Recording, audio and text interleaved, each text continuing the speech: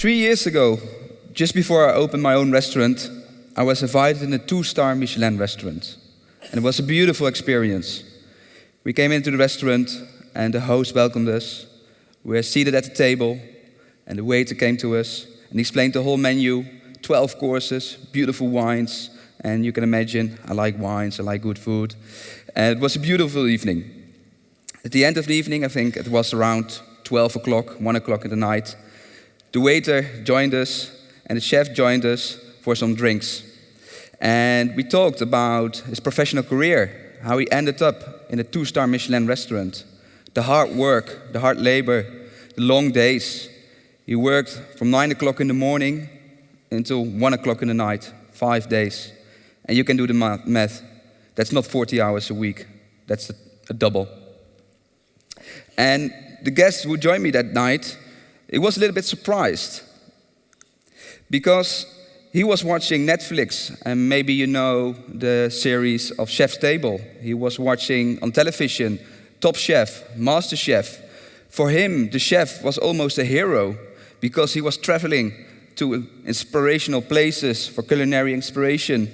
He was owning the restaurants, creating new menus, having the best wines, the best food. And he thought, what is this picture? Because it's not matching with my picture. And there was this contradiction. Because a lot of people who are joining the restaurant industry, they're facing the same problem. They have this image of a perfect world, and then they start working in the restaurant industry, and they drop out. They drop out of the restaurant industry because it's a hard labor. In 2025, we are facing a shortage of staff in the restaurant industry of 50,000 waiters and 17,000 chefs. And this is not only a problem in the restaurant industry, this is applicable to any other industry. Because the shortage of qualified people in their specific professions will activate a new recession. The economy is growing, but we don't have the hands to grow our economy. And we see this in a lot of industries. For example, if your car broke down, you want to see a car mechanic. And this car mechanic is highly classified in his specific job. But in society, he is seen as less educated. My name is Jos de Jong. I'm the owner of a hospitality company, and we create different restaurant concepts. And I try to do things differently. I don't want to have any shortage of staff in my restaurants. So I was thinking, how can we change it? And the solution is very easy. Create engagement. Make sure people have fun when they work at your restaurant. But how? When we talk about engagement, I've built 4 pillars. And all 4 pillars are necessary to create this engagement, to make this connection. And I see in a lot of places, restaurants or other companies, they only have 2 or 3 pillars. I'm sure the guy working in this 2-star Michelin restaurant, he got a decent salary. He was up in his learning curve because he had the knowledge. He could explain all the wines and all the food. And he probably had fun drinking beers with his colleagues, even with me. But he was not balanced in his personal life because he was making those long hours. So I will guide you through the 4 pillars. The first of all is the learning curve. You have this knowledge within your restaurant, but you need to share it. And your team is your biggest asset. So make sure you share your knowledge with them. And of course, it will result, for example, in extra profit and extra revenue, because you will train them in an upsell strategy. But there is more. There is also the personal aspect. I had, for example, my Spanish sous chef coming to me. It was 1 year ago. And he came to me and he said, Jos, I feel a bit isolated because I speak the Spanish language and I speak the English language, but I don't speak any Dutch. And I cannot speak with the suppliers, with my guests, and with the team. And I would like to ask you for a raise. I want a raise in my salary to pay for Dutch courses because I want to learn the Dutch language. And the Dutch course cost him approximately 600 euros. So he's asking for a raise of 100 euros a month. And he asked me this question. And I said, no, you cannot get this raise. But I told him that I will pay for his Dutch language courses right away. Because if I have to wait for another 6 months before I was involved and actually using his knowledge, he probably was isolated too much and probably left the company or maybe left the industry. So I paid for his courses and he joined us and he was able to speak with the suppliers, with the guests and with the team. He was engaged. As well, money is of course important. You need to pay a decent salary.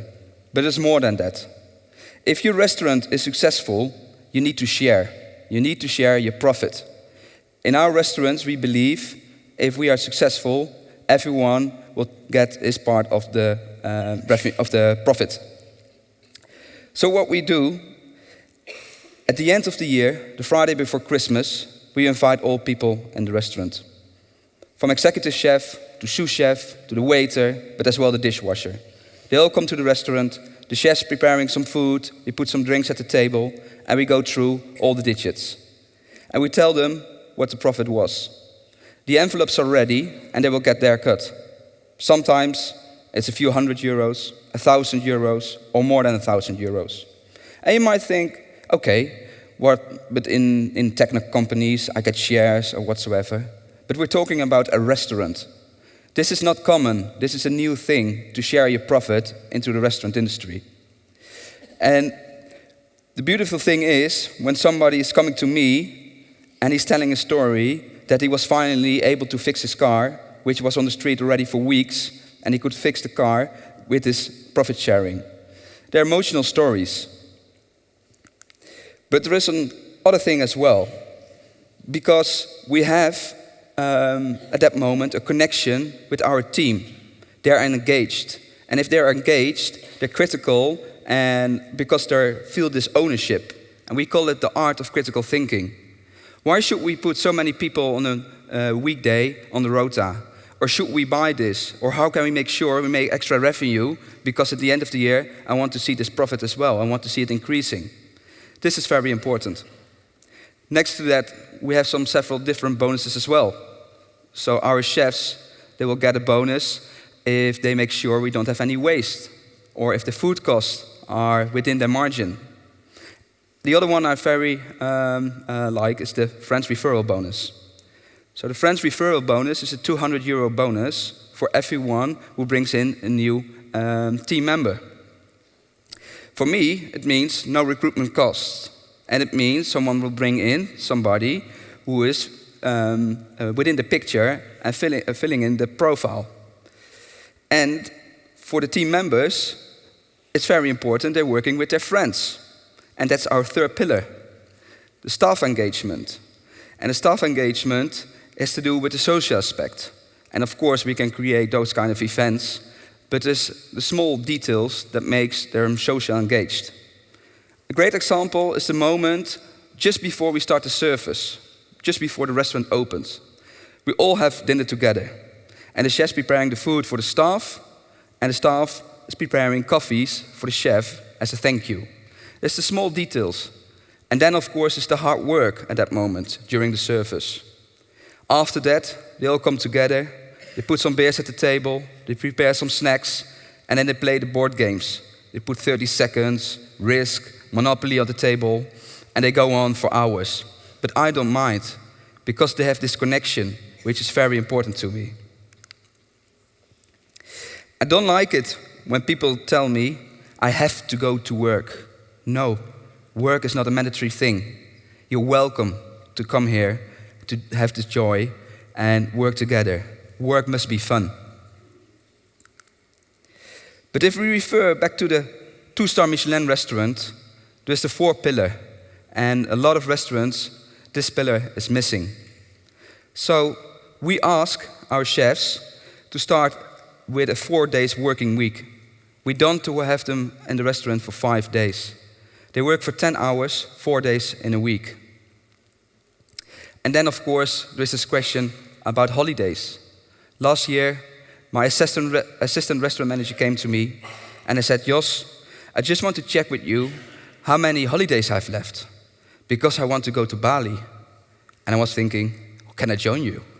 But he said, how many holidays I've left, because I want to go to Bali for 1 full month. And I had to tell him he didn't have enough holidays at that moment. But I said to him, please go, because you will go, eventually you will go, but you won't go on holiday, but you will leave the company. So please go to Bali and take your holidays, even if you don't have the holidays left at that moment. Because he came back to me happy, and he's still within the company. And that's the bigger picture.